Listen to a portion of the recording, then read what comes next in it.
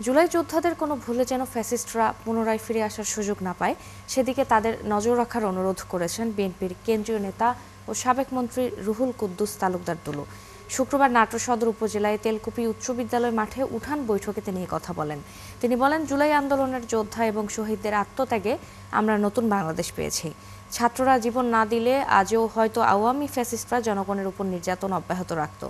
এ সময় দুলু আরও বলেন, বিষের স্বাদ কেমন তা পরীক্ষা করতে হয় না, পরীক্ষা করতে গেলে মৃত্যু নিশ্চিত। জামায়াত ইসলামও তেমন বিষের মতো, তাদের হাতে দেশ পরিচালনার ক্ষমতা গেলে মানুষ জীবন শেষ হয়ে যাবে, দেশ ধ্বংস হয়ে যাবে। বিগত দিনে যারা আওয়ামী লীগকে ভোট দিয়েছেন তারাও তবা করে আওয়ামী লীগ ত্যাগ করুন।